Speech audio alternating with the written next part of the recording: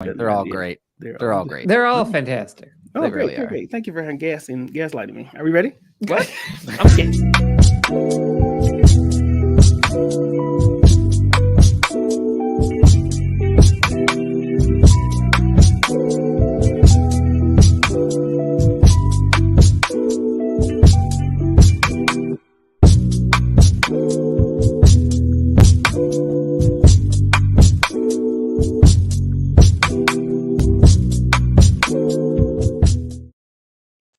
Welcome to Films in Black and White, everybody. How are you all feeling? It is a great day to be with y'all. I am Doug Wagner, aka for this episode, Dionysus, which for my Greek god friends What? is the one who likes wine. So there you go. That's what you got. Is this your way of announcing you're a lush, or what is this? Oh, Marcus, people who listen know that already. There's No, they don't announcement. know that. There's no announcement needed. You're creating narratives. Okay. That's what I'm doing. No, it's just I was looking, here's the thing. There are gods and goddesses that get all the love in movies. Sure. Zeus, Ares, Athena. They get all like the love when it comes to this. But where is the love for like Hermes, or where's my love for Dionysus? Like they're just not there. So I had to show some love to one of the lesser known gods in this particular episode. So I support it. Whatever you want. Lesser god awareness. I mean, lesser I like god. I like it. It's Lesser God Awareness Month. Given the conversation we had right before this, it feels inappropriate. It's also like does the lesser god go for the half demigods? Like not the full half demigods, but like the half of a half of a half. Yep, basically. You got to like make a name for yourself, and you can't start at like the Herculeses and like the Wonder Womans. Like you gotta start small with like your dad was like Hades twice removed or whatever. Great, we're starting with you. We'll start with you. Yep, that's exactly how this works. Sounds good to me. If you couldn't tell, we're going to talk Shazam 2 Fury of the Gods. Yes. There's a lot of Greek mythology woven throughout this. Spoiler alert, if you have not seen it already, we're going to talk about that. We're also going to talk a little Mandalorian. We're three episodes into The Mandalorian, so we're going to talk about that. Then we have a fun little game to play before we get into all of it. But in order to really get into this, I need to make sure everybody's thoroughly welcomed and introed and brought into this space. So I'm going to kick it on over to Bryan Roush, a.k.a. Lucy Lou's Dragon. Bryan, that's me. How you feeling? I'm feeling great. I'm really hyped to be here because I'm going to be honest with y'all. When we all decided like we're going to go watch Shazam for the podcast, I was like, all right. And all three of us were kind of like, okay, like none of us were like super jazzed. We just didn't know what to go. I enjoyed myself, and I'll talk about it more, but I got lunch because I didn't expect anyone to be in the theater, and I legit walked into the theater and it's like 3/4 full. So I doubt anyone's listening, but my apologies to the people that were next to me as I ate like my burrito from AMC, my dinner there, because I was not expecting that. It was a Sunday afternoon show, so feeling great. Had a great meal from AMC. It was just phenomenal. But yeah, so that family got that experience. Wait a minute, so. The burrito came from AMC? Look, okay, the burrito. Look, the burrito may have had Chipotle origins, but I did purchase food at AMC to balance it out. Look, that is the situation I was in. So yeah, it was a Chipotle burrito, but I didn't want to bother anybody because those can be pretty. They can really get in your nose. So didn't want to bother anyone with that. Bryan, they are the perfect like sneaking in food. They're round, they're soft, they give a little. They can fit in somewhere really easy. You get down. I mean, you get your hoodie pocket and then you put a coat on over it. I'm not saying you should do this, but I'm saying if you're in a situation, the O.J. Simpson answer. I didn't do it, but if you were gonna do it, this is how you do it. Look, all I'm saying is that it's a great situation to be in if that's something you needed to do. Yeah. And yeah, I had a delicious burrito. It was during Shazam. It was great. We're not even 5 minutes in, and we've compared a burrito to O.J. Simpson, and I just think that that's kind of crazy. That's like on brand for us, though. It's Yeah, very, less very than 5 different. minutes. Yeah, but That's anyway, true. I'm feeling great because that was me watching Shazam, and that was phenomenal. It was That great. was Do your you perfect think that moment. that burrito enhanced the movie for you? I think it did a little bit. I think it did a little bit. Psychedelic burrito. The only other time I've done this was for Morbius, and I was like, I gotta soften this a little bit. Okay, got it. Okay. But That like checks it out. enhanced Shazam for me. But like just the beginning. Maybe I had some like, Chipotle spicy-eyed glasses on for the beginning of the movie, but towards the end, I know it was totally me. But Yeah, I was like, the flavors. I got the chicken burrito. Something in when we saw Morbius because I snuck in liquor into my viewing of that movie. I probably should have done that. I didn't sneak anything in. That's and that of the I didn't Marcus sneak the anything. Paragon. I didn't Just- sneak anything in. well, look at Marcus.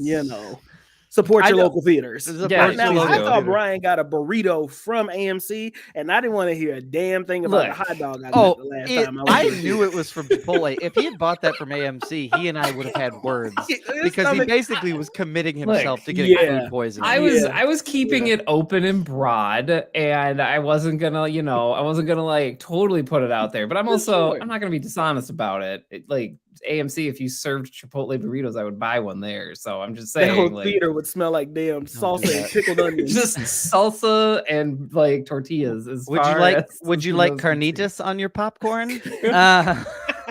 I'm trying. Bryan, I'd try it. We gotta kick it on down to Marcus J. Desson, aka Shazam. How you feeling, man? I'm feeling good. You know what I mean? I'm here.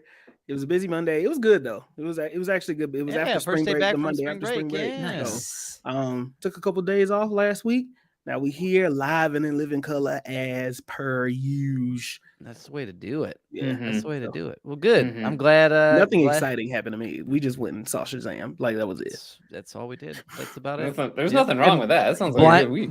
Whole ass blinded ourselves on the way out of that movie. Oh my god! By the way, we went to go see that movie at 1:00. It was a 1:00 showing. It was. Me and Doug watched the whole movie. Movie's about what, 2 hours long? 2 hours and some change, maybe. Yeah. We walk out of the theater, and you would have thought we were vampires. The way that we were just like, we literally hissed and was like, and just almost went back inside. I have no idea what happened. To walking back inside, it was the brightest it has ever been. Do a double feature at that point. Yeah, I get it. I mean, I'm gonna have to just to get my vision back. Good lord. Yeah. So yeah. Well, good. Doing well. Glad to be here. Glad to be alive. Which is a weird way to start this sentence. Wow. Hey, it's a good day. I got strep throat, which is a lot of fun. Don't know how I did that. I am on my antibiotics. So I feel much better. Like I'm back at 100%. But I also wanted to celebrate a moment because I had this thing on Wednesday. I was like, I should probably check to make sure this is strep throat and I should not avoid the doctor's office. And so I went to the doctor and they're like, oh, sir, do you have strep throat? And so it was kind of like a very validating experience of like, okay, yep. Because usually in our family, I'm the like, oh, someone's sick. Well, there's a whole building of people who could fix it. Like they like this is like it's over there. Like we could just take them there. And Brittany's like, you don't need to go. Like you're fine. They're fine. And then she'll be like, what do you want them to do? I'm like, I don't know. There's got to be medicine that they can give. This time she was like, no, you should go see if it's strep throat. Like if you really think that it is. And I went and I was right and it worked out just fine. So yeah. But all in all, strep throat ain't no joke. You need to stop all that damn kissing you doing. That's the problem. Yeah. What? Stop all that damn. What?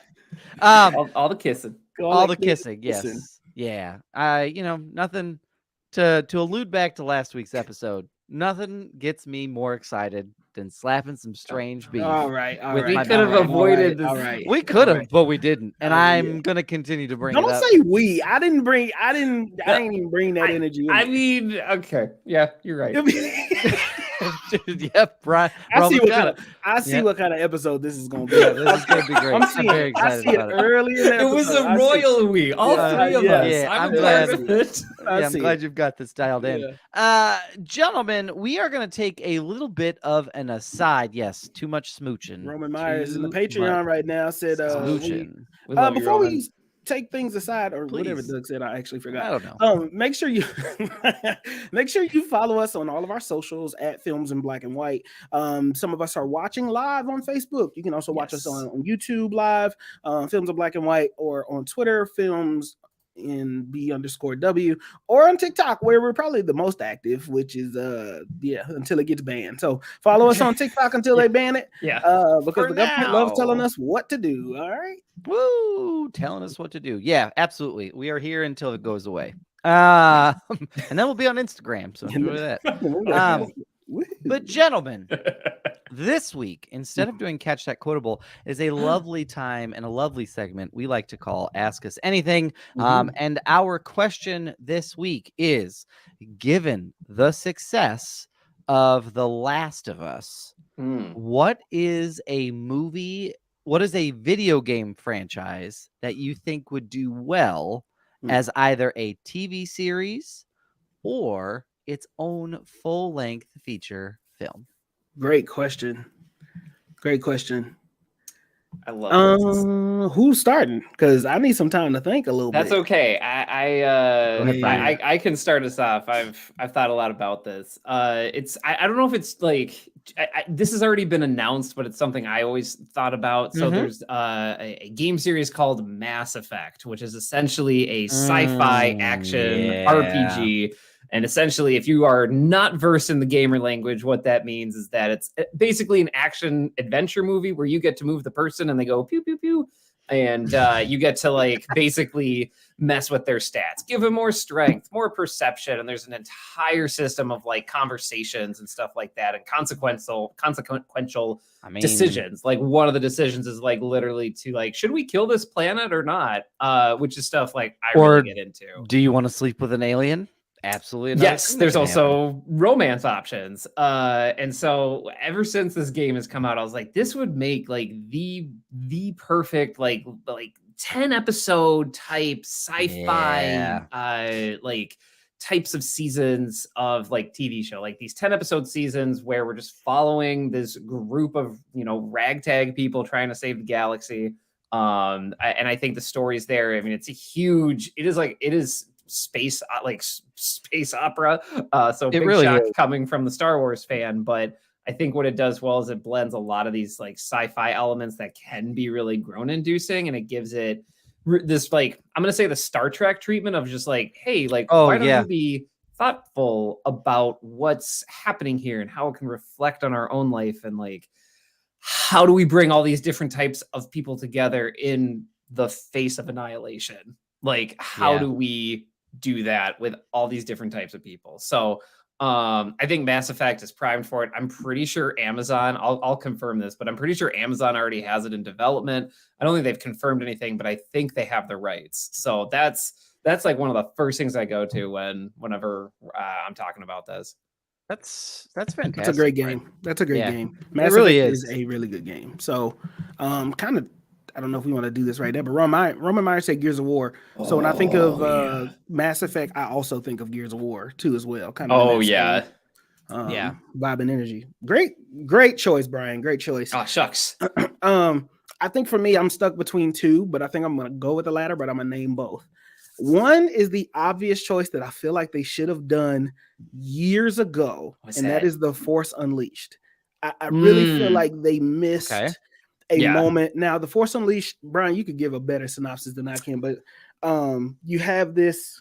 Yeah, Brian, can you give the synopsis of The Force Unleashed? I can give you a quick rundown. The Force Unleashed essentially basically presents the idea that during the original trilogy, there's this other Force user that is trained by Darth Vader, and basically it's like God of War, but it's Star Wars, and this guy's name is Starkiller, and he wrecks everything.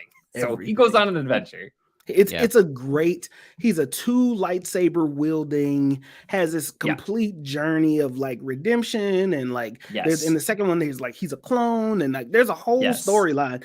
I really like The Force Unleashed. Now I would either do that one, or there's this really old game on Xbox 360 called Time Shift, and I don't know if a lot of people played Time Shift. I played that. Did you play Time Shift? I played that. Did you play that? I loved Time Shift. I did not play Time Shift. I want to read the quick plot, and this is from Wikipedia. Yeah. So there are scientists from the future, and they work on these like a viable time machine. The project results in the creation of 2 devices: the Alpha suit, which is a prototype jumpsuit, and a Beta suit, which is more advanced. And it's like military grade and has all these type of different things that you can do. Basically, the director of the project takes the Alpha suit and he goes into the past. And then once there, he alters the timeline, placing himself as the ruler of the magistrate that controls this dystopic type of world. And then the protagonist, who is also a fellow scientist, he takes the Beta suit and follows Dr. Chrome back to the year 1939 to create an alternate timeline to place called the Alpha District. I think that has so much potential and can be done. And I don't know why it's not. So I will go, and I had to think deep on that. That's back when I actually used to be a big video gamer, like have the stack of video games. Time Shift was always a good game. It was hard as hell to play. I remember getting stuck. I don't think I ever finished it actually, but it was a slog. It was. I remember. I think it was Xbox 360, and I got it from GameStop. I remember, and I spent a whole weekend, and I was like, this is like testing me. So like you're not off base, man, at all. I don't think I ever finished it, and it's a very dark and gritty type game, but I think it would be good to do I would do it as a series, because it can drag a little bit and give me like 8 episodes. I dig it. I have 2 that I think would be good. Tell me. So the first is with Super Mario Brothers, like being like a fully animated, like fully animated like the whole 9. I think you could do Spyro the Dragon in that format, and it would be just as good. Not 100%. What I was thinking. I did not think that you were going I am that surprised route, you said Spyro. Yeah, I do like that. I don't think people would expect it, but I think there would be enough people who played it when they were younger that it would work. That it would work just fine. The other one that I would love to see it's a little bit of a deep dive. It's an Xbox 360 game that I played, and it's an RPG called Jade Empire. Oh, I love Jade. I like it. It was like a martial arts like RPG, and it was awesome. Like, and it was, I remember it being challenging. It was the same group it was BioWare. So it was the same group that did like Mass Effect. So it feels a little like cheating because it's another RPG by BioWare, but it would be good. I also think Dragon Age would be arguably really good, given this way. I think that Spyro has to be a movie, because I don't think you could do that enough without it being obnoxious. I agree. And I think you could do Jade Empire as a series if you wanted to. I mean, BioWare is known for their storytelling, like 100% up and down. They are very good. In my opinion, I think they're some of the best video game storytellers. Obviously, Naughty Dog, who did Last of Us, has shown us they might have the crown. We're not sure, but the argument to be made. But BioWare is up there in terms of video game stories. And there's just one more I want to mention as an honorable mention. I don't know if a lot of people played it, but it's called Crimson Skies for the Xbox 360, and it presents you a world where like cars, people were like, cars, they suck. You know what's better? Airplanes. And basically it takes place in an alternative history of like the 1940s, and everybody just gets around in planes. Like that's it. And like there's an entire, big shock. The big starfighter guy like loves the airplane game, but there's a lot of zeppelins and air combat, and there's a heist. Anyway, great game. If you haven't checked it out, I'm pretty sure it's on Xbox Game Pass. And if it's not, my bad. But anyway, great game. I do remember that game. Can I say one more game? Please. Also, I want to go back to what Roman Myers put something in the chat, and me and Doug kind of talked about this after Shazam. One more game that I would do, I feel like the game Portal. I don't know why they never did a Portal movie, and I thought I heard rumors of a series or something that was supposed to happen. But Portal was a good game. Now, if you're playing it, it's a little, you know what I mean? You got to have some patience playing it. but Yes, it is they a do. fun concept. I don't know how you would adapt it, but I think that would be good. Now, the route that I thought Doug was going to take when he said when he was talking about Mario Brothers was kind of the route I was going that Roman Myers took was Super Smash Bros. And I Okay. feel like with a Sonic world that already exists and Sonic Yeah. is already kind of True. animated with the Mario Brothers and Donkey Kong, and they're basically introducing this whole entire world. You could do a Smash Brothers game or some type of Olympics or competing game where they meet and run into each other's world, and that would sell like crazy. I think that would be nuts. Like that's like target demographic heaven, because it's like you got your old people, you got your middle-aged people, you got your young people, you got men, you got like it's everybody. It's so much. I think that would be so good. You guys, what if that? I mean, I want to hold on a minute. Do you understand that Super Smash Brothers is the it's the Mario equivalent of Battle World? Like, you understand that it's not far off to say it's actually a really good point. Nintendo could literally be like, hey, we're gonna do a Samus movie. Like, hey, we're gonna do a Metroid movie. Oh, 100%. Again would also be awesome. God. So like a Ready Player One type of vibe. Well. Hey, we're gonna do a Zelda movie. We're gonna do a Zelda movie. And then the last little tidbit is that this little hand brings them all into world and makes them battle each other.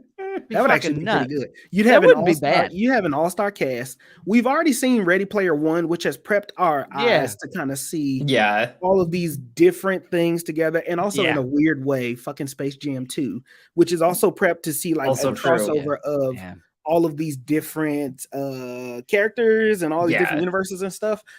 You could do it. You could. I do want to quickly confirm what Marcus said. Like, Marcus, you're not making it up. Like, WB says they have the rights, and JJ Abrams is involved with it. This is from IGN and from May of 2021. So you're they are. Oh no, you're right. I want to reinforce what you're saying. You're right. They have it. They're working on it. It's been 8 years though, so it sounds like it's in development hell. Yeah. Y'all remember this is random. Y'all remember the show Fringe?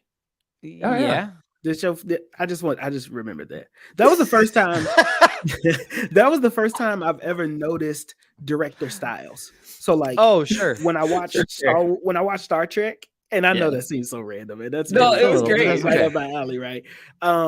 When I watch Star Trek and you see the flashes, the flares, and all that other stuff like that, right. And you watch Fringe, I think, which had the same shooting style, and it was the first show I remember that looked like a movie on TV, and I was like, "Damn, that's kind of crazy," you know what I mean? So I don't know. My neighbors are they're getting after it. Whatever that means. Slapping beef. The other thing that they could do that would work is the fact that no one brought up Crash Bandicoot. When you brought up Spyro, I was like, "Oh, Crash Bandicoot would arguably be the better Sony platformer property to do. 100%. Yes, so yeah, that'd be much better. I think it's Sly Cooper. No, that's too much. That's a deep dive. I don't disagree, but that's a deep dive. That would be a good. Sly Cooper would be a good kids show. Xbox 360 really went on a run because I just Googled Xbox 360 games. And I had an Xbox 360. I was only so Xbox, did I. Never on the PlayStation. Ditto. That shit is kind of incredible when I'm going back and looking at their run of games of Gears of War, Portal, Halo, Oblivion, the Batman Arkham series game, Call of Duty. They was really running shit. That's kind of crazy. They really were. No, 360 is. I mean, the run of games that you see that they do. I mean, it's on. I don't know. PS3 had some good games. You can say they have good quality games, but the amount of that's a good game. And you just go down that list. The bangers. Yeah, it's phenomenal. It's true. Yeah, absolutely. Well, gentlemen, we need to get into season 3, episodes 1 through 3 of The Mandalorian. For you all who are listening or watching, if you have not seen episodes 1 through 3 of The Mandalorian, put a pin in it, come back later, and we will we don't want to spoil it for you. But gentlemen, thoughts on the first 3 episodes of The Mandalorian? I want to comment on the 3rd episode. Bryan. Okay. Yeah, Bryan. Yeah. Go ahead, Marcus. Yeah, Bryan. No. I want you to kick us off with an overall review. I got my comments on the third episode. All right. I mean, overall, I'm enjoying myself. For listeners of the podcast, you're probably not going to be too surprised here. But I think the thing that's important is like the thing I'm enjoying is that I don't know where this season is going.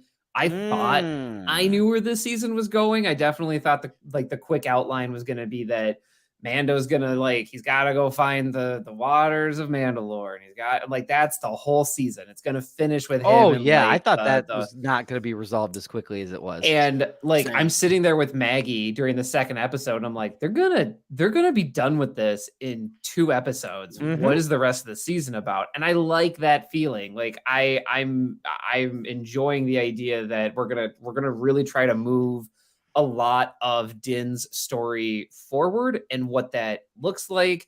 I really thought Bo-Katan was going to be like the main antagonist, and she was going to try to stop him from doing it, or trying to do something. And after the second episode, the cave episode, that was not the case at all. She was legit trying to help him, authentically trying to help him, and helped him complete his goal. And then not only that, saved him after his just wonky self just fell into a lake pit. Did he fall, or was he pulled down? So I thought he was pulled down. I thought he was pulled down. I watch it again, and they make it seem he's just I'm walking. I fell. I think he said he slipped. I think he said he slipped, but I could see it where it's the mythosaur. Mythosaur came down and pulled him down.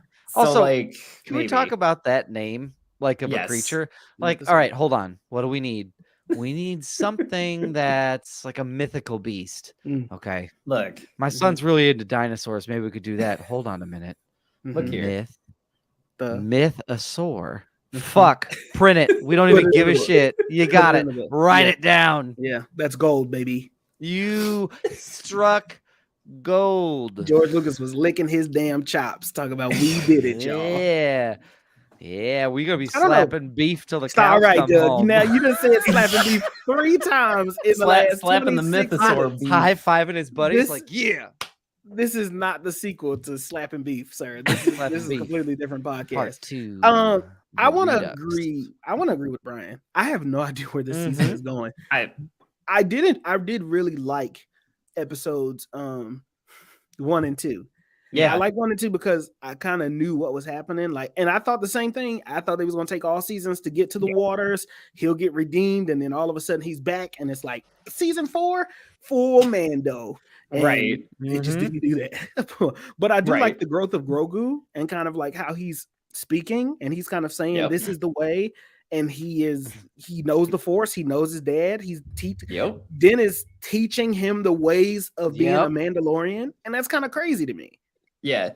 I mean, I love that dynamic of just having the kid is who's teaching who, right? Is Mando teaching him? He rescued me. Right, exactly.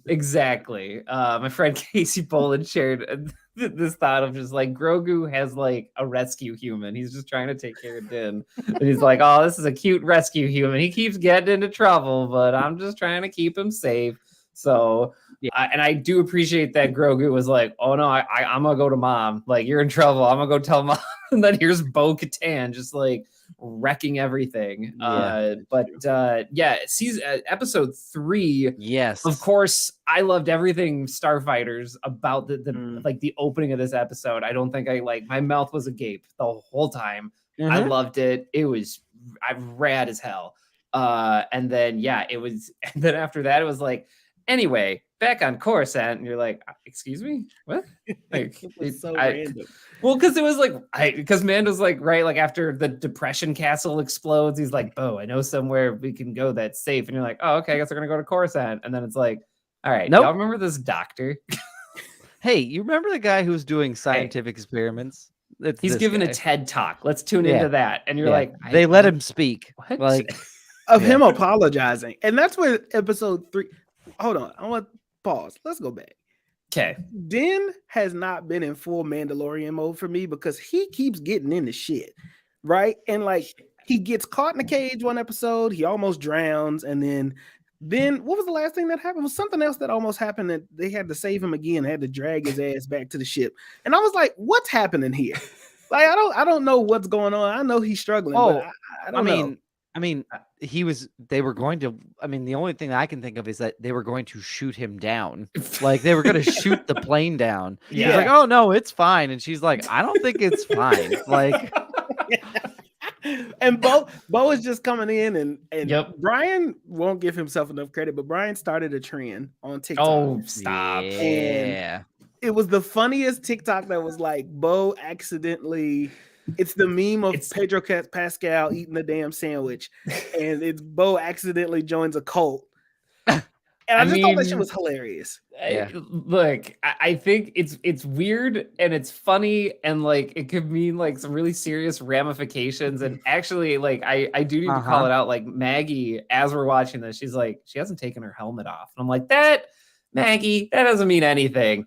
Episode ends with her act like, is she in an extremist religious organization or not? We don't know. But yeah, Bo-Katan, she's got some decisions to make. She's having a crisis of faith. She just saw a mythosaur. She has no friends, no family. She has no castle. And then there's like this group of people that are like, hey, you can join us. We never take off our helmet. Bryan, but I need you can leave whenever you want, which is need you not to unsettling at all. How uncomfortable that moment made me after the forge woman, the forge lady, the armorer says this is the way, and they just start fucking touching the two of them. Oh, God. They're like, no, this is the way. Like, hey, welcome. This is the way. Yeah. Like, do you know what that reminded me of? It reminded me of Black church. It reminded me of any church. When they welcome you, they say, we have some visitors in the building, y'all. We want to welcome our guests when we come in, and they play the music. You're welcome. You're welcome. You're welcome. And everybody comes and they come touch you. And they say, welcome to church. Welcome to meanwhile, church. Doug is going like, are all these people going to touch me? Bo-Katan goes to Black Church. I don't need the episode should have been called. You're welcome, Bo. You're welcome, Bo. And she starts like, instead of like, this is the way they're all just saying amen, amen. If she starts speaking in tongues in next episode, would be. I might need to take a break. If she would have started speaking in tongues when she saw that mythosaur, could you imagine? This is what I was thinking about that made it so funny. Imagine an atheist, right? Right. Imagine an atheist going and is like, I don't believe in nothing. I'm here, right? Yes. I don't believe in anything. And then you go and you get soaked in the Lake Minnetonka, like with Prince, and you see some type of deity under the water for the first time with your own, and nobody else is there to witness what you saw. You witnessed this shit for yourself, and then you got to go and you got to contemplate life for the rest of the adventure. All because you started hanging out with this random stranger who refuses to take his helmet off and has a distinct set of rules. You, a weaker person, would be like, okay, so I guess I'm a Mandalorian. So I guess I'm an extremist now. Like that's the way this would work. Yeah. It's crazy. Yeah. And I love that character decision for her not to say anything. I love how she's just struggling with it so much. And she's like, hey, did you see the God thing that our culture's talked about for hundreds of years? Like, she didn't even mention it. She's like, you see anything? And he's like, no. And she's like, okay, I'm just going to pretend that didn't happen. Moving on. Right through her helmet. Right, they didn't show a single eye. That didn't happen, or is she going to use that to her advantage later? Oh, man. I feel like from a lot of the stuff that I've seen, I think that this if Bo goes full villain heel, like just gives into all of her worst impulses, I'm very afraid that she's going to try to weaponize the watch is what they're called. Like, I feel like she's going to try to use them for her own purposes. Yeah. And I don't know how I feel about that if it does happen. But yeah, that's a distinct possibility. Her last family abandoned her, so now she's got a new family. I have a question. Yeah. Before we get into the Imperial stuff. Okay. And it's going to come off as a silly... I want to prep you all. It's going to come off as a silly question. We don't do silly things here, Doug. Fuck off, very Bryan. Serious. It's like... here's my question. Are they not allowed to make more Mandalorians? Like, is there a rule that they're like Bo-Katan and Din just can't like repopulate the world with more Mandalorians? Like, is there I a mean, sex rule with the well, Mandalorians? look, I mean, Star Wars is pretty chaste, but no, I mean, like Right. there's a whole. It depends on what religious sect you're a part of. If you're a part of the Watch, obviously you got to like earn your armor and get in You're the not gonna waters. take it off? It's Well, I all mean, helmet. You just it's go all- skin It's all your lower helmet. everything from everything from the All neck down helmets. is bare skin. It's gonna sound all like you helmet. putting like pots and pans away Yeah, after yeah. dinner. You clanging two big ass spaghetti pot pans together while you get your do. Okay, because that's my question. It's like, they're like, oh man, there are no Mandalorians left. There's a part of me that's like, I feel like I'm like looking around the room, going like, I feel like biology can fix this. Like, Well, I feel like so much of like the Mandalorian culture is obsessed with like being worthy. And like, so you could have a mom and Yeah. dad, or you could have parents. Maybe that's a better word. You could have parents that are Mandalorians, but like they'd be like, no, you're not Mandalorian until you get in the water and put your helmet on. Like, right? Like, Got it. it's that type that of would thing. I mean, a Mandalorian would definitely be the one in a relationship that's like, are you happy? Am I making you happy? It's me, right? Like, I'm making you happy, right? Like, they would be just fucking obnoxious to no end. Who was yeah, the this big guy- guy that was hating on them at the beginning? Who's the big guy that was hating on them? He was like, they landed on plane. He was like, what the hell y'all doing here? I believe that's Paz Vizsla, who is a descendant of a character in the Clone Wars who tried to he was part of a terrorist group that tried to overthrow the democratically elected government of Mandalore and indirectly set off a chain of events that like killed Bo-Katan's sister. Okay, cool. Okay, that's fine. God damn. I mean, I get it. Okay, all right, yeah. Like Question. Vizsla is like a well-known name in Mandalore, part of royalty, and is like seen as one of the influences of like influencing Bo to like make all of these bad decisions. That's like the really short story. Okay. That'll be Question, answer. Yeah.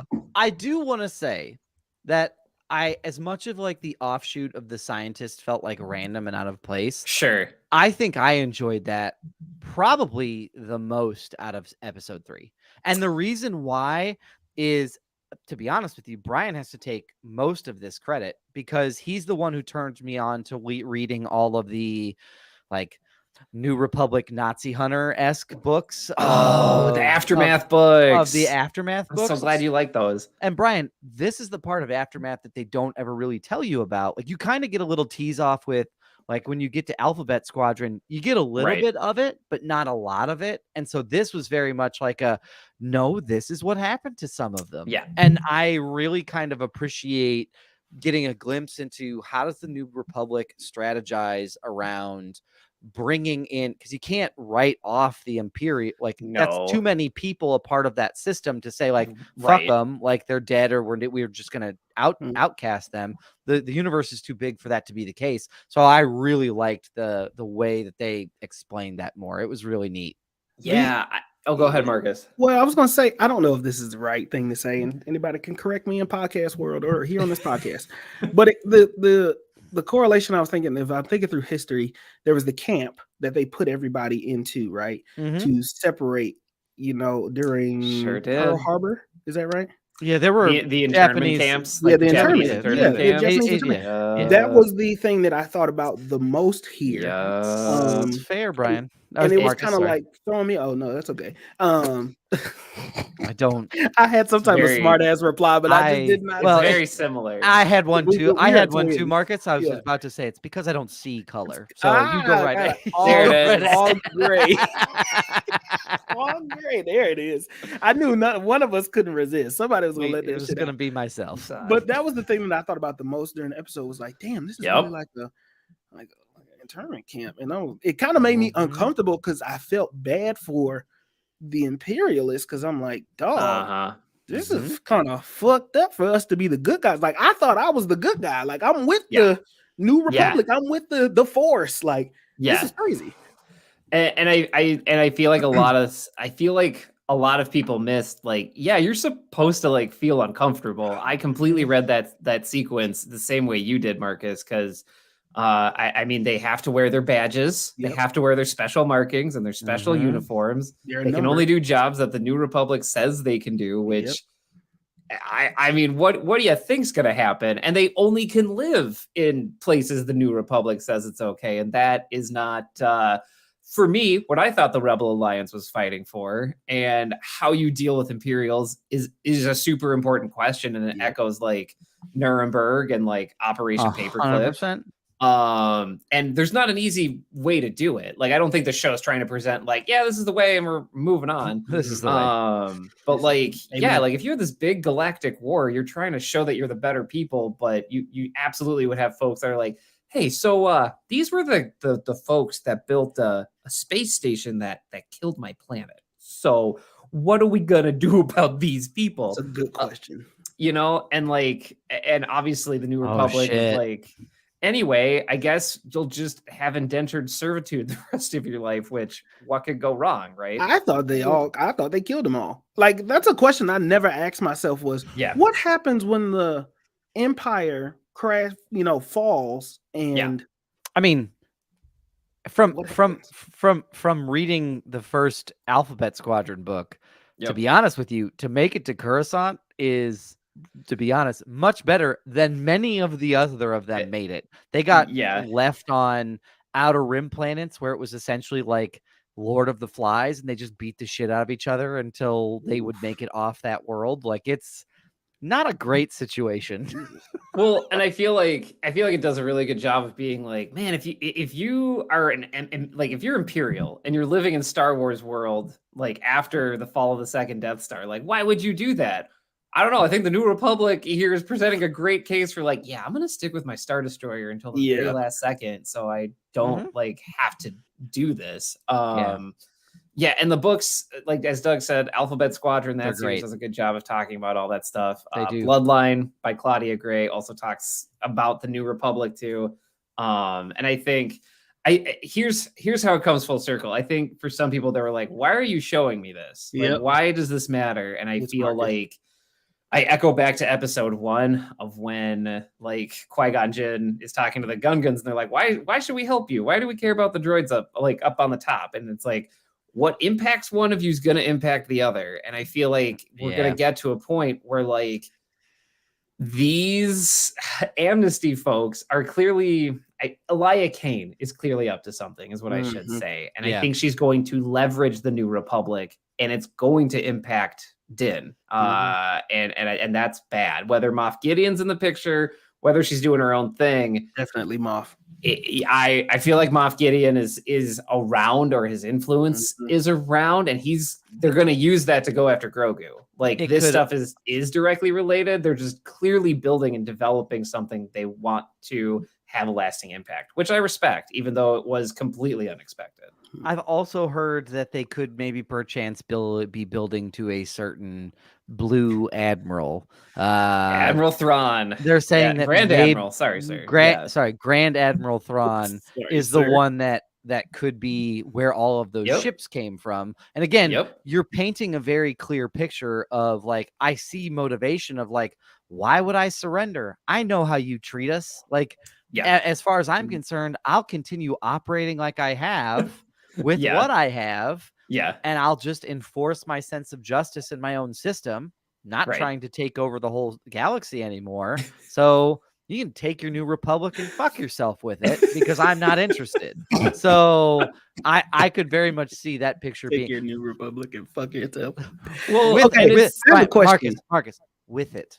With it. And what's wild too is like reading the books, and this is like the last thing I'll say about this is like, so there's like this big battle at Jakku that ends the Galactic Civil War, and the New Republic sends the whole fleet. It's a whole big thing. It's a huge battle, spaceships everywhere, and the remnants of the Empire get these coordinates, and they're like, "We're gonna get out of here. We're going to escape into the unknown regions," and they do, and the New Republic is like, oh, that's where they went. And everyone's like, yeah, let's go. And they're like, nah, we're good.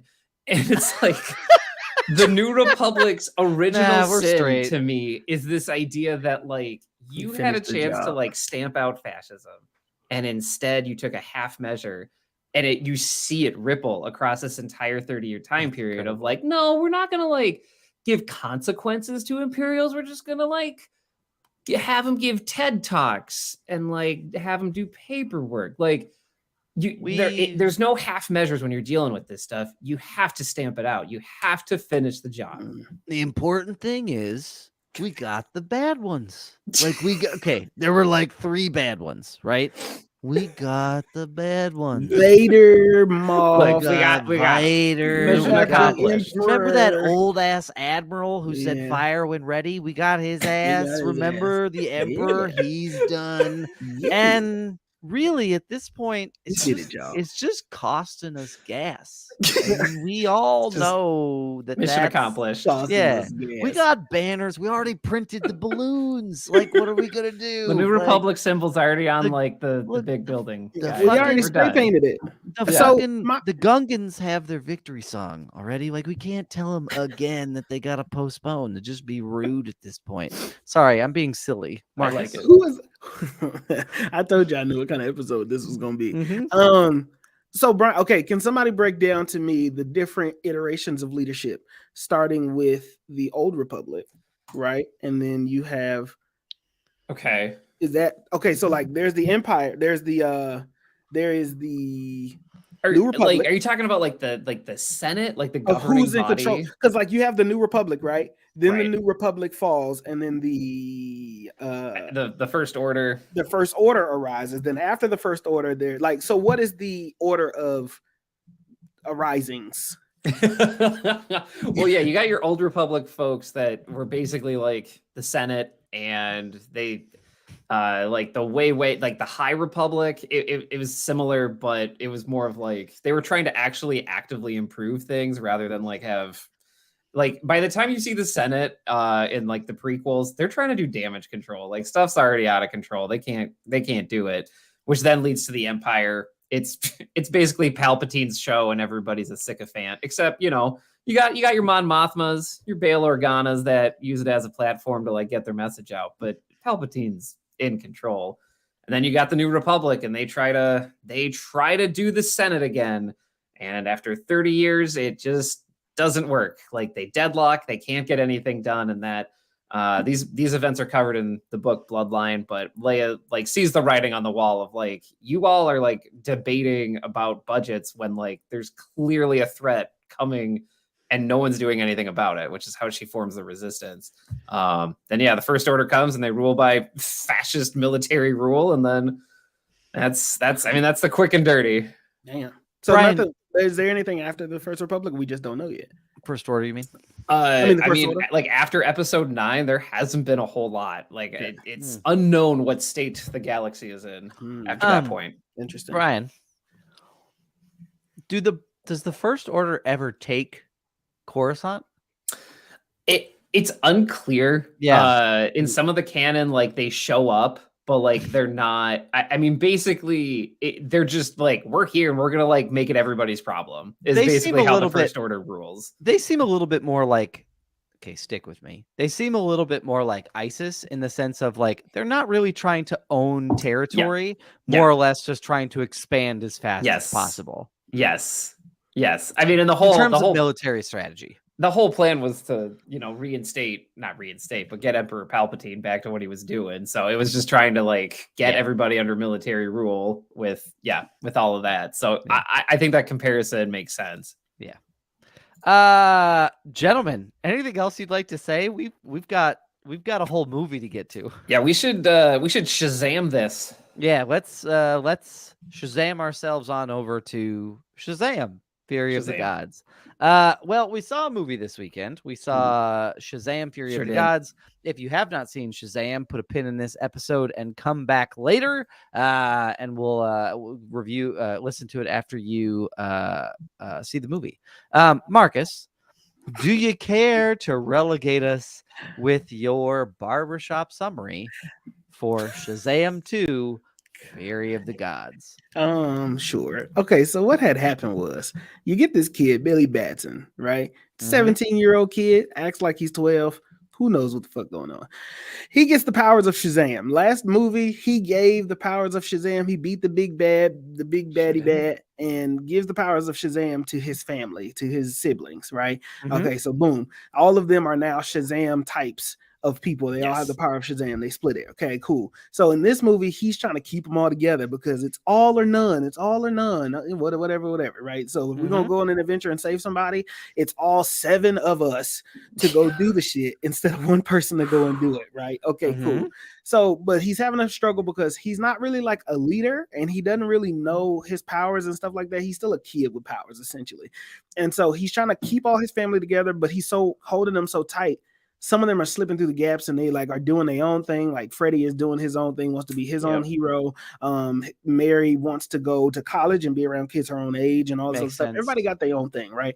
And so he's trying to keep them all together, doesn't know what to do. There's 3 big bads that come in and they're all sisters, right? And so the sisters come in and they like, one is chaos, one is I forgot what their powers was. Anyway, it was chaos, elemental, and axis, which I thought was used very liberally. Yeah, axis, which was very interesting power to have. But yeah, thank you. So the 3 come in.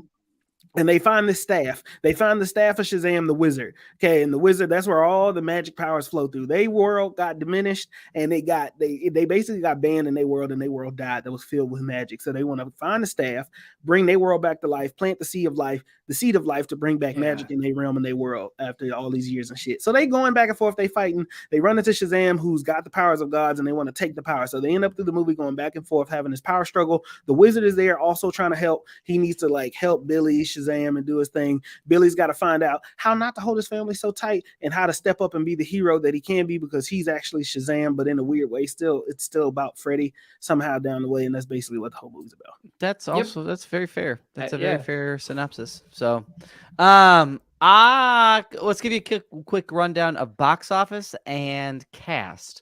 So as of March 19th, Shazam! Fury of the Gods has grossed $30.1 million in the United States and Canada and $34.6 million in other territories for a worldwide total of $64.7 million in its opening weekend, which is a little bit of a disappointment considering considering that I believe the budget for this particular movie was around 110 to 125 million. That finale alone was like half the budget. That was a lot. Can we take a pause right here? Yes. Can we kind of, I don't know if anybody knows this directly. Can you kind of walk us through what is a successful opening weekend? Because I don't think we've ever really talked about what designates a successful opening weekend. So I feel like, go ahead. A home run would be to make your money back opening weekend, right? So if you are a $100 million budget movie, you open to $100 million at the box office. That means within the first weekend, you made your profit back. You made your money back, and everything after that is profit. Just domestically, right? They consider worldwide. I would imagine a studio's considering worldwide impact. Okay. So the fact that this is at $125 million and you are at conservatively 50% of that after opening weekend, that makes it tough because we know that like people don't generally go back the second weekend and the third and the fourth with what we learned from Shannon. Remember, shout out to our episode of Shannon Cole. Shout out to Shannon. When movies do second and third runs, they're not as successful. So you could conservatively say like, all right, half of that the second weekend, so $30 million the second weekend, that puts you at 90. Half of that again is $15 million. So you're just breaking even after week 3. That's not a spot that most studios want to be in. Now, I am not an economist when it comes to film. I'm just running the numbers, and that's what I would think it would be at. Sometimes the drop off is even steeper. Now, it could be that there were other things going on this weekend, that March Madness was this weekend, that restricted a lot of people who are willing to leave their couch to go watch a movie in the theater. So that has something to consider it. But that is, I would imagine it's harder to get people to go the second weekend, opening weekend. The hype is there. That's going to be your folks who are going to do your work for you at the box office. Brian? Thank you. I mean, Doug explained it. I think very, very succinctly. So yeah, if it's what he said. So rewind it if you need another explanation. Okay. But I mean, yeah, I think Doug covered it. Great job. The cast for this movie, there's a lot of them, and so we're gonna kind of run through them. So Zachary Levi and Asher Angel are Billy Batson Shazam. Jack Dylan Grazer and Adam Brody are Freddie Freeman and Superhero Freddie. Then we have Lucy Liu as Calypso and Helen Mirren as Hespera. Then we have I'm trying to make sure I don't miss anybody. Then we have Rachel Ziegler as Anthea. And then we've got sort of after that, it's Jamin Hansu is the wizard, Shazam. And then after that, we've got our like run of the like superhero version. So Ross Butler plays superhero Eugene. DJ Cortona plays superhero Pedro. Grace Carolyn Curry plays Mary Bromfield. And then Megan Good plays superhero Darla. And then the kid versions are Faith Herman plays Darla Dudley. Ian Chen plays Eugene Choi. And Jovan Armand plays Pedro Pena. And then Marta Millins is Rosa Vasquez, which is the foster mom. And then Cooper Andrews plays the foster dad, Victor Vasquez. So that is your run-of-the-mill cast. If that's a lot of people to keep track of, don't be ashamed. Like, that is a lot to keep track of cast-wise. A lot of names to remember, a lot of people to pronounce, a lot of beautiful people in this particular movie. I am a menace in the theater. That's all I'm going to say. Because every time, look, y'all, before we get into this movie, when Marcus and I see a movie in a theater, and someone beautiful arrives on screen, Marcus is usually in my ear like, God damn, she is fine. That's usually what he says. And then, but this one, when we got Mary on screen for the first time, I didn't comment like, oh man, she's very pretty. went, oh, she's trying to pack a lot in that superhero costume. And Look at Bryan. And I said, and I'm here for it, but that's the reason why we're a menace in a theater. Do you understand? Like, that's where we're at. I simply said, God damn. And I said, there are some beautiful people in this movie. Megan Good. Like, I said, where'd she get the produce at? Like, and why is she smuggling it in her superhero costume? I mean, Ross Butler and DJ like Cortana, like they are beautiful men in this Lucy movie. Liu. Yeah, I mean, Lucy Liu still looks good. I mean, like, beautiful people. The movie for sure. Yeah. It's kind of like Internals, but not as bad. Yeah, it's fair. Gentlemen, what did you think? Is this movie real or fake? That is a real movie. No, this is Shazam with Sinbad. No, is this movie real? Bryan, that's a real fucking movie. No, that's Shazam. Shazam is Shazam is the one with Sinbad. Shazam is the one with Shaq.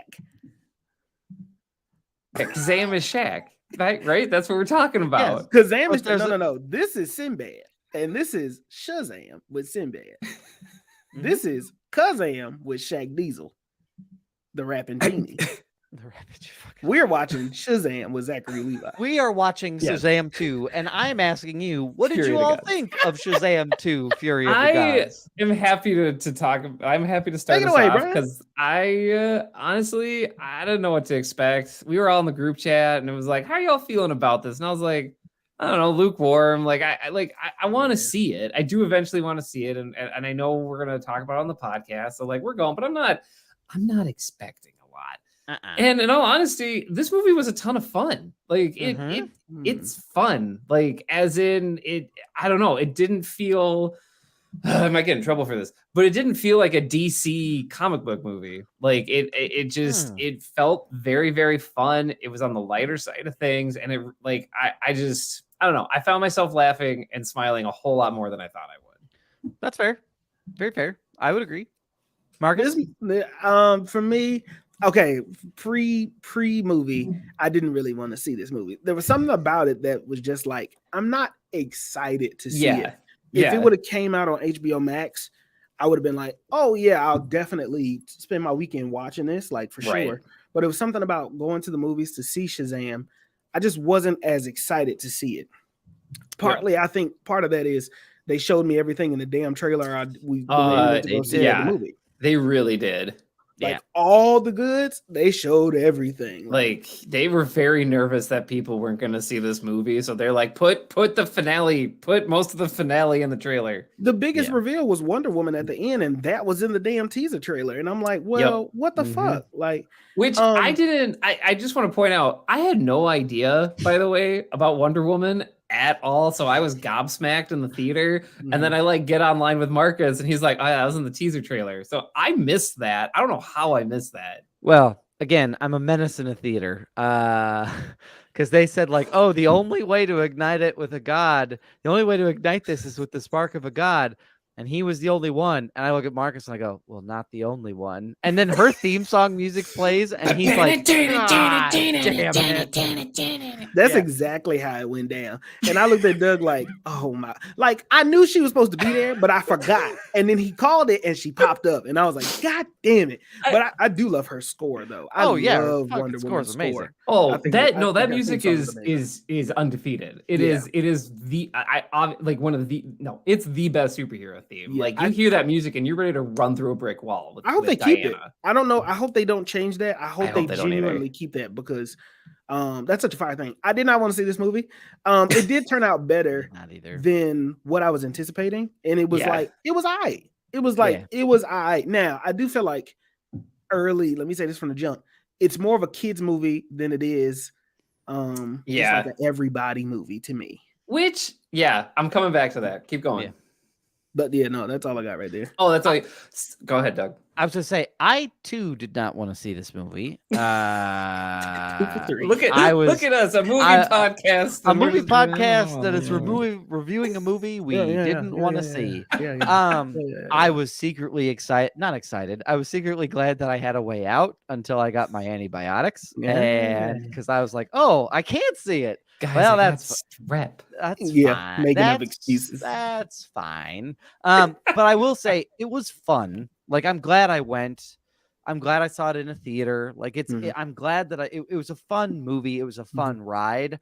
It is definitely, again, if you struggled with Thor: Love and Thunder, you are going to struggle with this because it is comedy.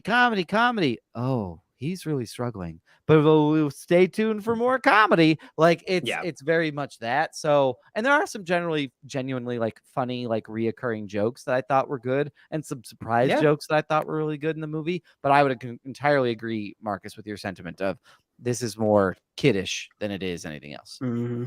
Oh, Bryan? I mean, the whole time I was there, I was like, man, I should like get my kids to watch the first Shazam movie. We could have seen this together. Like, if I'm thinking about it, then like I'm not surprised at all that is where you all landed. And I was thinking about that in the theater, like, man, is this gonna like really lean into the kids stuff, or like, are we coming out the other end? And then you know what this movie did? It had somebody commit suicide off a rooftop. It did, and I was like, what? Like, this is PG-13, right? Yeah.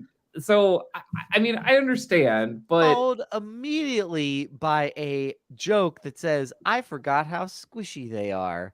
I'm sorry. Yeah. What? Yeah. Like grapes, according to Lucy Liu's character. So, like, I was like shocked. And then there's a scene where the wizard pulls out a splinter, by the way. Yeah, that was hard to watch. I can't think of another scene in a movie where I'm just like, where it's a splinter. That's all it is. I'm not talking about someone pulling rebar out of their gut or like an Arnold Schwarzenegger movie where he's like pulling stuff out of his skin. And he's like, whatever.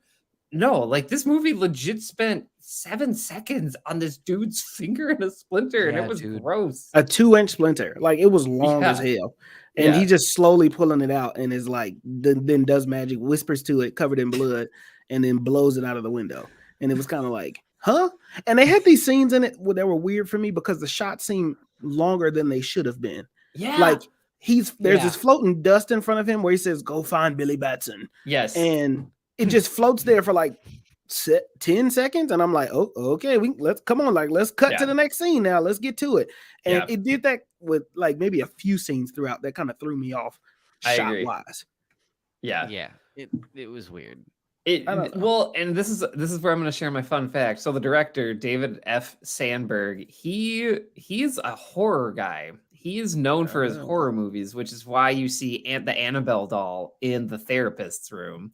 That I did not see. Didn't even see. So like it's a blink and you miss a thing, but essentially when Shazam, Billy Batson's talking to the pediatrician, they pan over to like the table and there's an Annabelle doll like just hanging out there, and you're like, that's a scary movie thing. So he's done the Annabelle movies, and he has roots in horror. So like when I learned that, I was like, a lot of this movie kind of makes more sense now. Also, the writer that wrote on this is a writer like for the Fast and Furious movies. So that whole like joke about the family joke that's in there. Yeah, you forgot that this is all about family. Is a tip of the hat to the writer that worked with the director. This makes more sense now. Yeah, it feels kind of Fast and Furious-y, right? I was just about to say that. It's so many different people. Like, kudos to your casting. I think that you did well with the look of your cast and kind of correlating them with their childlike people. The only thing I got a big problem with is his name Ashton? He didn't get enough screen time to be the kid. He's the only kid I felt. Well, actually, a lot of the kids didn't get enough. Asher, who played Billy. Yes. Aside, Freddie got the most screen time as a kid. Yes. But Zachary Levi obviously is Shazam, and I get that he's the big name on this, but it just didn't. There was something missing from this, a correlation. And one of the things that was throwing me off was Zachary Levi's interpretation of a kid, a 17-year-old kid, and then Asher's like, if he's supposed to be 17, why is he still acting like he's like 13? We need to talk about it because it was jarring, and it's not a big deal, but like what it felt like is they kind of got to like the directing of it, and they're like, look, Zachary Levi has this like manic kid persona down, so I don't want to redo it. Let's just go with it. And they're like, Asher Angel looks like 21, and they're like, whatever, like we're just not gonna have as much of him in the movie, and Billy's gonna be. It was very much like it was very much, hey Zachary, no notes, keep doing what you're doing. Yes, that's exactly what happened. You got it. You're killing it, dude. They were like. The guy who plays Billy Batson was like, wait a minute, like I'm actively supposed to be 17. Yeah. This dude's acting 13. I said no notes. Did you hear me, Asher? No notes, Asher. I could write your ass out of it. Like, I mean, it was weird. I will say the one character who played their adult child counterpart well, so much so that I had to remind myself that she's playing a child, was the purple Megan Good. Megan Good nailed it because she nailed it. It felt like she sat down and had conversations with her child counterpart to say like, how would you deliver this? Because I had to keep reminding myself. I was like, fuck, she's 8. Like I had to keep saying she's 8. She's 8. Is she 8 in this movie? How old is she in this movie? I don't know. Because there's also an age discrepancy I got there because Megan Good almost acted like a little bit of a 6-7-year-old. Harrison will be 6 in April. So I would say not 6, but I would say 7 or 8. Would you? I guess maybe I don't know. Mean, I don't know. Huh? Maybe I don't know. And if for people that don't know like kids and movies, like, and I'm thinking of people that like work in the industry, this is common knowledge, but like working with kids is difficult. And this is one of the reasons they grow up so fast by the time you're filming movies. And this is a sequel to a movie that came out in 3 years ago, 4 years ago. So like all these kids grew up, and of course they're not going to look the way they did. And you can, whatever, hand wave like, oh, it's 5 years later or whatever. But this is one of the reasons, like, it's just hard to kind of suspend that disbelief when it's like Megan Good is doing this really well, but her child counterpart like looks 14. Yeah, And That's what it is. It makes sense then why the kids weren't in it as much. Yeah, because it makes sense. Yeah, it would have does make been sense. too jarring and confusing Yeah. for the audience to stick with except, and I have to say this, and except for Grace Caroline Curry, who played Mary, she She I played love both the roles, fact didn't she?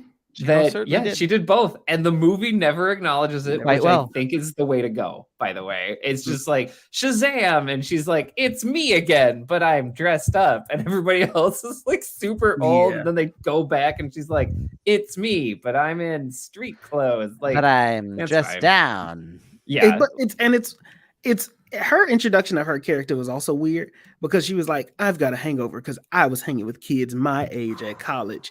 And that was a weird introduction to make, not to make a full circle moment of like, I'm going to college. I can't be a hero anymore. Like it was never like, what happens when we move on? Like what happens to Freddie when Freddie leaves, or if I age out of the system? Like, well, okay, so everybody's staying in the house the whole damn time? Or like Mary was complaining about not being around people her age the whole time. I never got this. Hey, I know she wears the Oxford sweatshirt at the end at dinner. Okay, that's the clear. She made it to college, y'all. But are they still heroes? Are they still doing their thing together? Because at the end they say, and you all are getting your powers back. Like, we can do that, right? And he's like, yeah. And real quick, Oxford is in England. And so you mean to tell me that Mary is just flying her happy ass to and from over the Atlantic? I think it was left ambiguous on purpose because this was going to come up, and we're about 20 minutes into the review. Not to me, Brian. We knew the DC reshuffle, like the new leadership stuff, was going to come into play, and I would not be surprised if the producers and everybody involved were like, this is probably going to be done. Like, let's keep it ambiguous in case they want to pick us back up, but like, we might be done here. So yeah, but they sell like Animal House apparel that literally says college on it. And so, or you could, they're in Philadelphia, pick, I don't know, Villanova, pick literally any school that could be in Philadelphia. Fuck it. Have her go to an HBCU. Like do whatever you want to do. Like throw it. That'll change her. No, that'll be a different movie. That HBCU will change her fucking life. Put Temple across there. Maybe she's stomping the yard in her uniform. Like, we don't know. I just feel like yard. Stomping the yard. I feel like that. I don't know. It was just very interesting for them not to go a full circle of like, what happens when we go our separate ways? I thought the movie was going to end with, hey, you split your powers amongst you and your siblings to fight this big bad. All of you have pieces of Shazam. One of you is the wisdom of Solomon. One of you has the speed of this person. One of you has the strength. Your area of expertise or real strength is this particular thing, and Billy can't beat the big bad unless all of you come together and give your one power and Shazam, boom, like we do it. I thought they were going to take that route. I thought the same thing, Marcus. I was like, why is the message of this movie, you're better off divided still? Like, the end of this was again, the message is your family's important. Mm-hmm. But at the end, it's got. I can't wait for Harper and Harrison to find this episode when they're like in their 20s and like they're starting to go through all these like weird podcasts their dad did, and they get to this point where it's like it's about family. Family. But in terms of this story, right? Like you could have done something.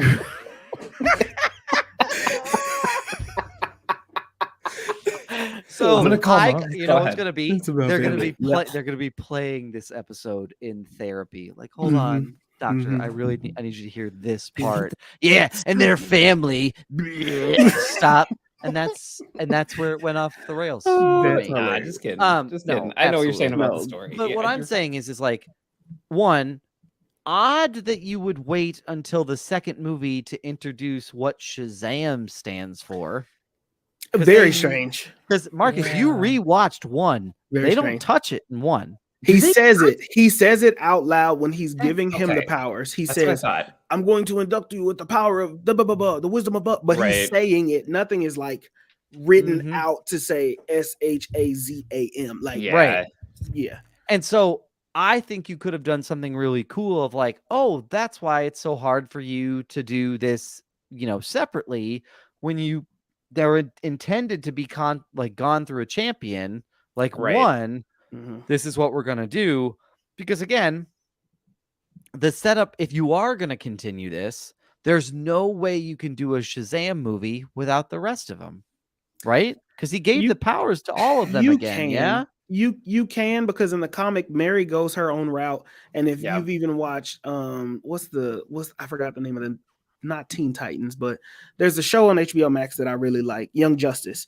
Mary goes down a darker route in Young Justice and chooses dark magic instead because she loses it. Oh, And, okay. there's so many different Right. versions that people do. Now, I don't think that I've ever seen the entire family like they've done in this one have powers. Like I've only seen Mary and I've only seen Billy Batson have powers. So, but you're right. I do see what you're saying. If you're going to introduce this thing, that means it's a team thing. And to add to your point, the ending, the second end credit scene is Waller's people coming up and saying, "We want you to join the Justice Society." In my mind, I'm like, why the fuck would I necessarily pick Shazam? Like, why don't I pick one of his siblings? Because it seems like they're all equally powerful. What makes you so special? Yeah. Yeah. Great point. I feel like this is showing like the double-edged sword of this movie. Like, I think it was really ambitious because you have 6 heroes. You have 6 main characters is what it feels like. And then you have 3 villains. And like this was hard enough in Spider-Man 3 with like 1 hero and 3 villains. So you're telling me you're gonna make it happen. And you could argue that his brothers and sisters are supporting characters, and you can make that argument, but like if you take them out, the movie doesn't work because it leans so hard on I'm blanking on his name, Freddy. Like this movie, it's weird. Like a lot of the emotional beats are from Freddy, which I'm not complaining about. It's just surprising. And then I think that's one of the reasons why the finale had a hard time connecting with me on an emotional level, because like you have Shazam that's like, yeah, I'm doing this for my family, when the whole movie's been like pushing him into like Freddy finding that he can do this stuff, even though like it's just about having a strong heart. So like they're trying to have these competing narratives and have it all work, and it kind of works. I'm not gonna say it's perfect, but like it gets you over the finish line. But this is probably like it's probably my biggest critique of the movie is like there's just so much happening. And it's both not enough and too much. And it's a challenge. Like this is a challenge to balance 6 characters and 3 villains. Like this is why Avengers movies are seen as so triumphant as they are, because they do it well and Marvel makes it look easy. Yeah. I will say I would have been fine with Billy dying. Like me again, too. Yeah, let's talk about that. The arc of this movie, the arc of this movie of Billy sacrificing himself, recognizing I do have to be a hero, and that does mean taking risks, and there are consequences for those risks that I take. Yeah, resulting in he dying, and then Freddy taking the mantle. Right. Taking the mantle, and essentially something just fell off my shelf. Like taking the mantle and then like being the new main hero throughout this. Again, fine with that. I think that works for me, but it's much darker than the tone they wanted to take. I know the Wizard was thinking the whole time, like, dog, I should have just picked Freddy. Like, because Freddy had more common sense and appreciated it most. And then you pair Freddy with a love interest, which I think is interesting. It was good, and the actress is good, but the age difference is throwing me for a loop, and I'm not really sure how to like she's 6,000 years old dating a kid. In what realm does that seem like? I mean, I'm gonna tell on myself. She's gonna rock his fucking world. Like she's gonna go crazy. Yeah. I've got shit you haven't even seen yet. I wrote the Kama Sutra. Strap that shit in. Oh, okay. That's what we're doing. I mean, like, yeah, that is Brian. That's what we're doing. Brian never sees it coming. Brian, what were you gonna say? Because that's what we're doing. Yeah. Well, look, I read a lot of fantasy, and like there's a lot of stories like of just like I'm the high fae, like some type of fairy elf creature, and he's like I've lived 5,000 years, and it's like, hello, I'm female protagonist, and it's my 17th birthday. I'm almost an That's adult. true. Oh, Like, yeah. I love you. Yeah. You like that is a very common trope. Quel'Thalas from the Blue Clan wants to spend his time with you. Like, Or Exactly. the vampire king who's in a sexy teen body. Yes, looking for the thank girl. you. Yeah. I'm not saying it's right. I'm just very familiar with that trope. So like, I liked the jokes about it. I'm really glad they tried to lampshade it with like, wow, our boys are really into older women. Like that was funny. Like, especially with the Wonder Woman comment. Like, I thought that landed. You acknowleded it. The part with the dad where he goes like, "I'm now not okay with this." I thought that was very funny. I enjoyed that. That was solid. Yeah, that was solid. I mean,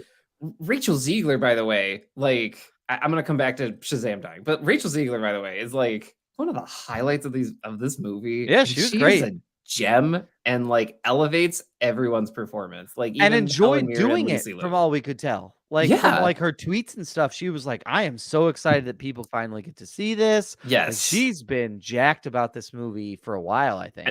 And as soon as she shows up on screen, I was like, "Oh, like she's doing something. Like she's gonna." I don't know the best way.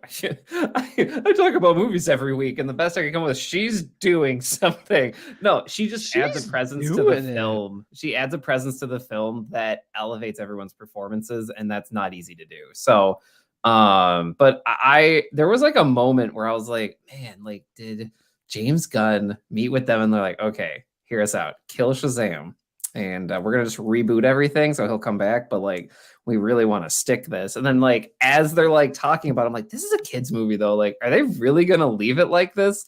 And I was like, nah, they're not gonna do it. He's gonna like do the big gasp of air and say some quippy joke on the baseball field, and then they cut to his grave. And I almost laughed. I'm like, oh my gosh, they might do it.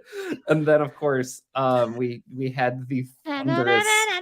Oh my gosh!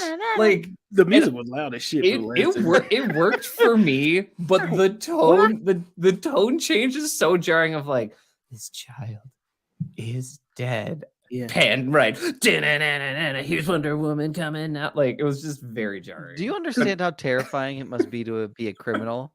Like, you steal something and immediately it's oh, it's over. You would never steal anything. She wouldn't have to do any work. You would put it back and be like, all right, I got it. Like the bat signal. Yeah, it's I don't know. It like the movie was I would have been okay with the death too, right? Like I would have been fine with that. I wanted them to explore the cave and the layer more, because this whole movie is there's a kid who got powers and at no point went to go study up about his power. It's like a kid with no manual or instructions.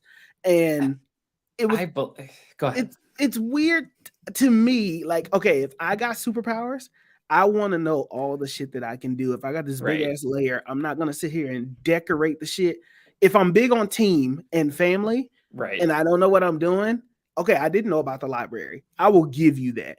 But at no point is anybody gonna like try to Google, or something to try and figure this shit out. Because I don't know. Maybe I'm looking into it. I need to suspend some disbelief. I mean, it worked for me just because, like, I know kids. They're just super pumped. They get to shoot electricity from their hands. Like what I expected from like Mary, 100%. But it seemed like she had bigger fish to fry, right? But like I take your point, Marcus, of just like, really, like it's been 4 years and you're just like, I don't know what my name is. That joke didn't work for me, by the way. Oh, like, I thought that was the dumbest fucking reoccurring it's fine, joke. But I was like, this isn't for me. Like all the other jokes hit. The burning violin, nailed it. That was Helen Mirren read the note, and it was like the note copied everything they said, not just the text of it. That was probably the funniest movie. I was howling. I was legit laughing very loudly. But again, this man shouts the phrase Shazam every time you turn into the character that you're going to be.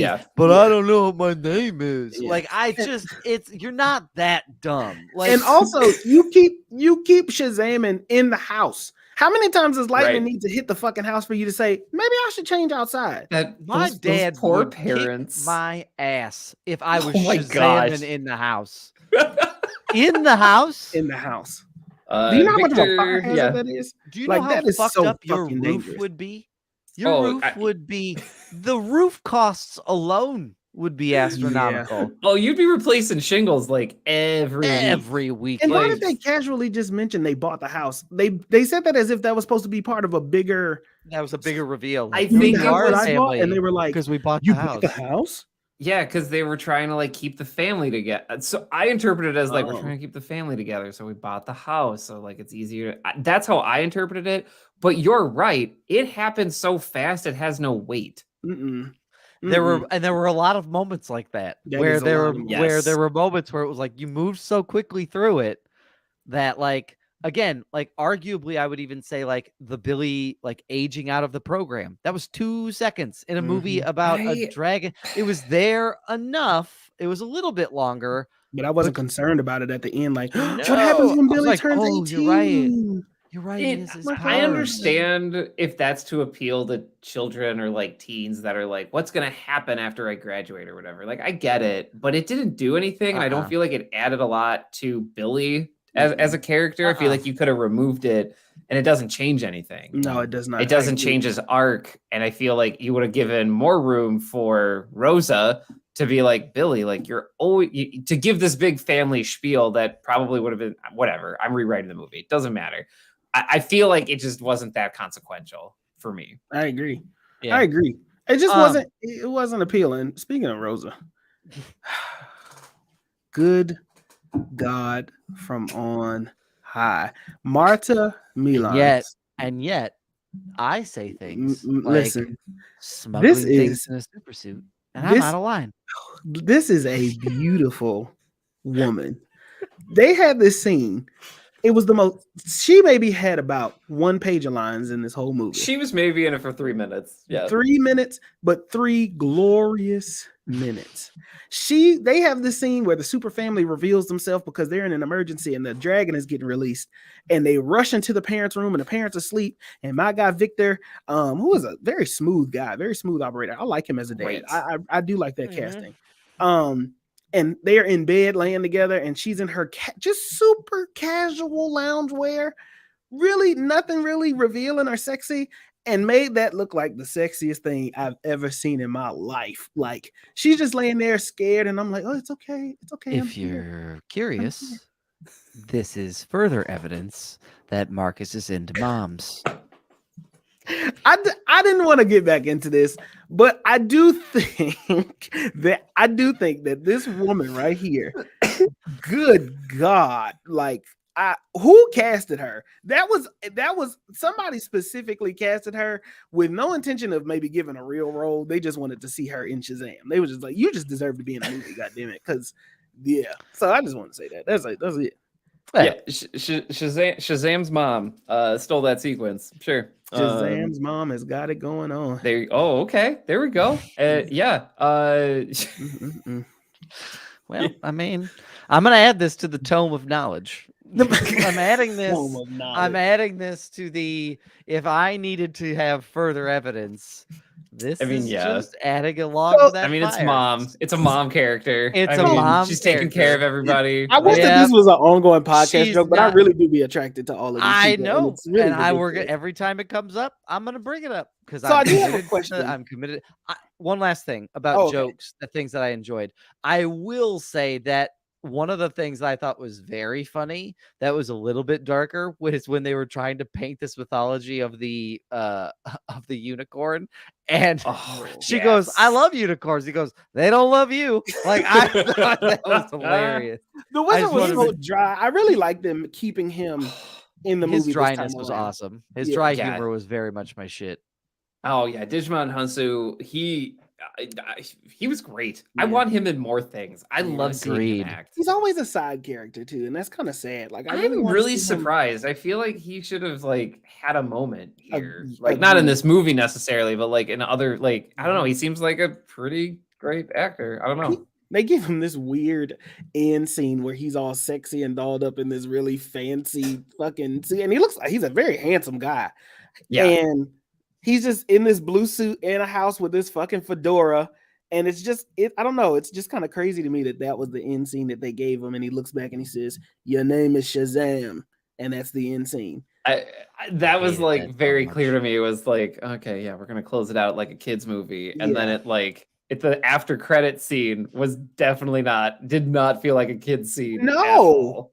that was At so all. okay. So going to the I want to go to the second after credit scene because the first one Okay. was kind of.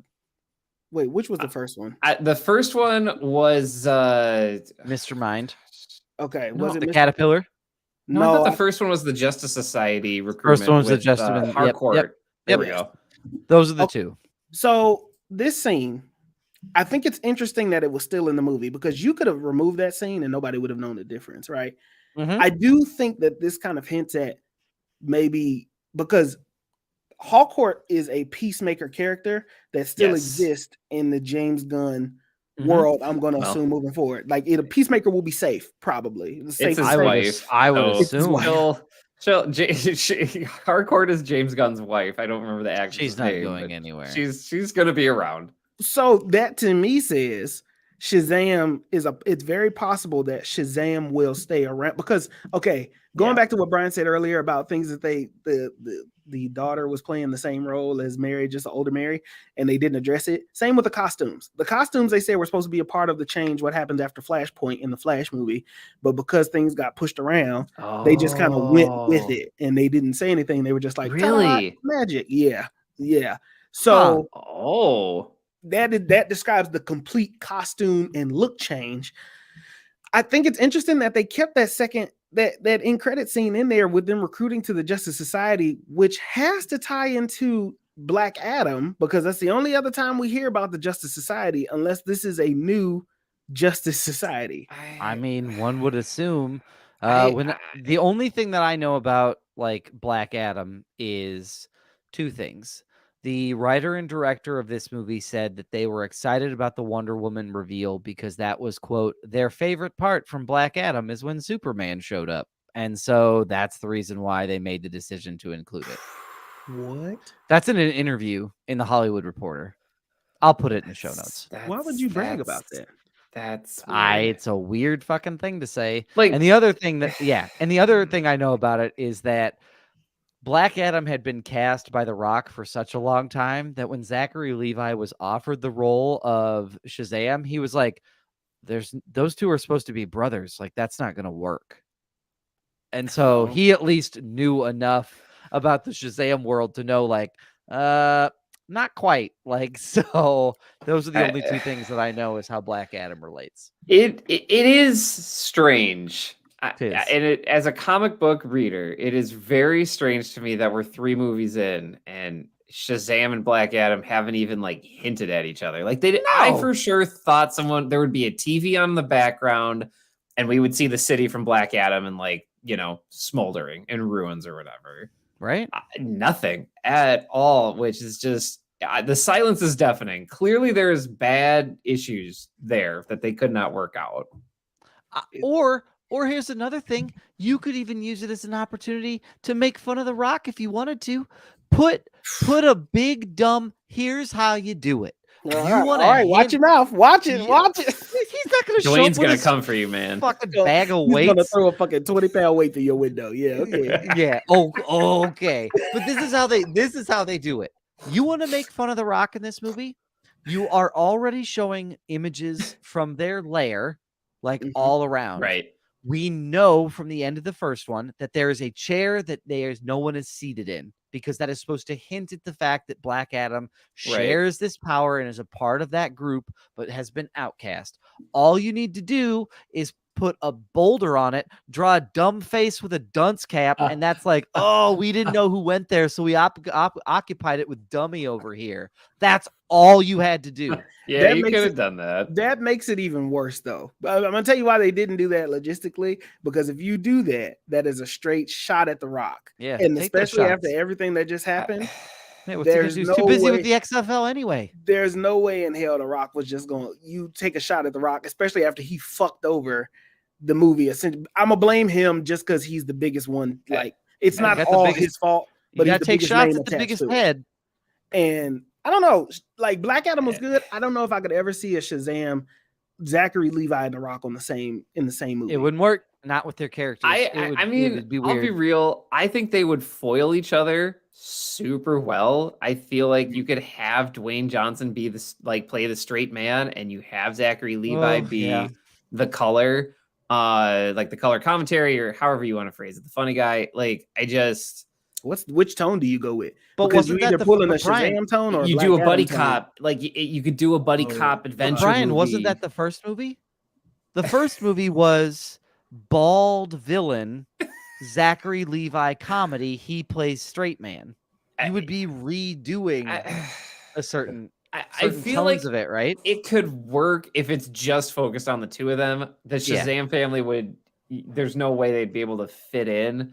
But I don't even think that's even a possibility. Like, it seems very clear that they're just not, they don't want to put that peanut butter and chocolate, like, well, they need to age Shazam up a little bit. Like, I think if they decide to keep him, I think you either age out Billy Batson and now he's just full-time Shazam because he's graduated or whatever the case may be. Like, he doesn't need to be Billy Batson. He's just Shazam now. Or Captain Marvel or Mr. Marvel or whatever it is. Like, and moving forward, you just keep the one or the other because the kid shtick of this portion, they leaned very heavily on it. I don't know if that is going to be the tone moving forward with James Gunn. I think Shazam and Zachary Levi, I think Zachary Levi is good at playing Shazam. He just needs to mature up a little bit. Yeah. If he's going to go full-time hero, right? Like, he's going to need to see some shit. He needs to lose. Yes. He needs to lose bad. Yeah. I mean, I feel like you could do that and you could still have it be a coming of age movie, like a young adult movie. I feel like that could resonate with a lot of folks. But I mean, who knows what this looks like? I mean, we had talked in the group chat that Shazam easily fits into a gods and monsters type story, which is it does. James Gunn is saying is the first chapter of the new extended universe, but I don't know. I don't know if we'll see Shazam again. I don't know. I don't think he's done. Yeah. I don't think he might. I don't know if he's going to get his own movie, but we'll see Shazam again. I don't know where, but we'll see him again. I mean, yeah, I would laugh if he shows up in Justice Society. I would, because of the joke in the movie, but also like, is there a Justice Society okay, movie? We're going to do Justice Society. Okay. Was there a Justice Society movie announced? No. This is me doing pure speculation. Only thing that I'm thinking years, and let's assume people don't age out, right? Shazam is not a major character that you need for. No. Shazam would have been your Superman replacement if you were to go not recast Henry Cavill and go a completely different route, like the original WB wanted to. I think Shazam would have been your Superman replacement, Superman adjacent, right next to Supergirl and Batwoman. Easy. Right? You got this younger team that would have worked.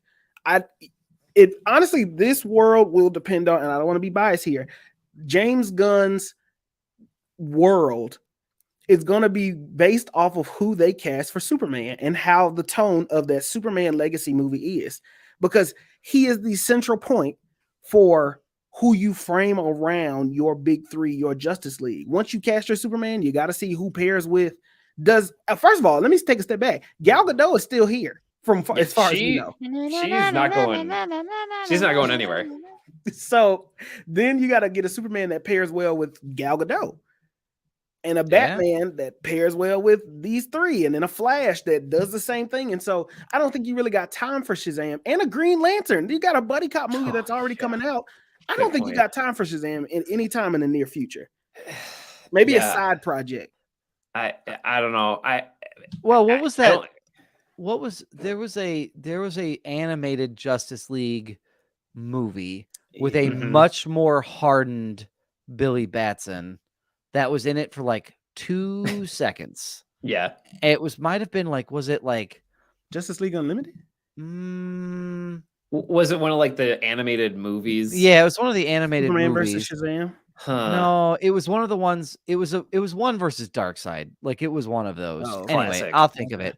But like, and so he was much more hardened. He was much more grizzled. Like, and it was like he lost a leg and an eye in it. Yes, that's you're thinking of the same one. I did not know that. Oh yeah, it gets that last animated DC. If DC did anything right, it's their fucking DC animation. Those their are animation is they rarely miss. So what I was saying is like you could do something like that. There's a big battle. He shows up. That's the extent of what you could do. I feel like at this point, as of right now, unless something changes.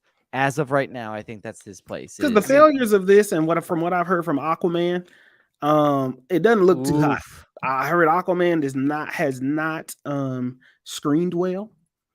And this movie is not performing well. And I think that a big mistake that they made before they released these two movies was announcing an entirely new universe and said, these two fucking movies don't matter. Why should I watch it? That's the other thing is like, we'll never know. But like, if I'm Zachary Levi and I see the top guy be like, anyway, we're rebooting everything after The Flash. It's like, what am I doing here then? Yeah, like, I guess like, I'm gonna have to...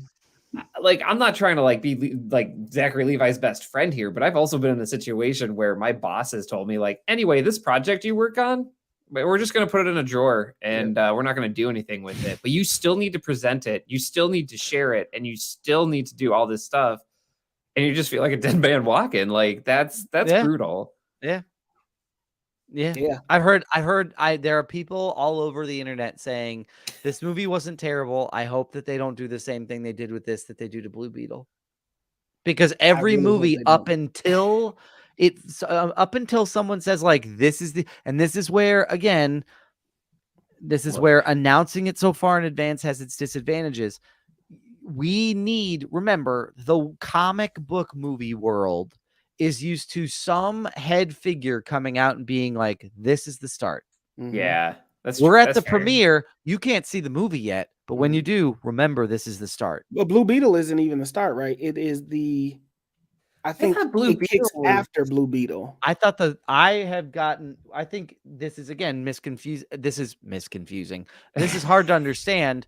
I was under the impression that Blue Beetle was either the prequel to the start. Like it's still in their world. Like it's so far out that they have so much say in it that it is not an unofficial. It's like an unofficial official start. Which sounds weird. Okay. Man, for some reason I thought Blue Beetle was part of it, but I that's what I'm saying, Brian. I'm with you. I thought it was a part of it too. But the fact that we're having this type of confusion maybe tells us our answer. Yeah. But yeah, again, that's the nature of the beast.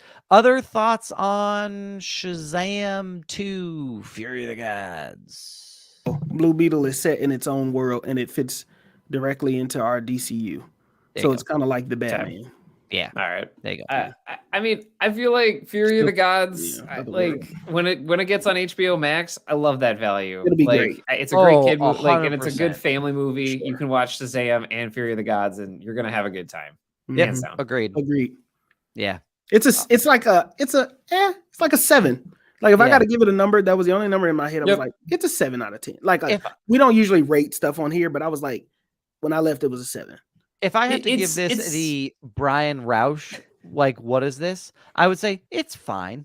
Yeah, it's fine.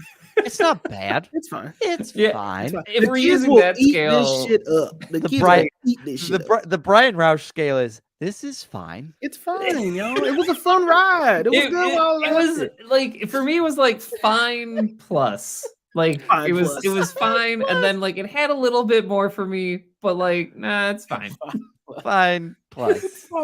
Fine plus. That's the Fine scale. Plus, my new streaming service where there's no hits. It's all just it's just movies that just are enough, but you're not don't expect a lot. Rave about anything. Yeah. You're gonna turn it off and be like, be disappointed. Yeah. AKA welcome to Netflix.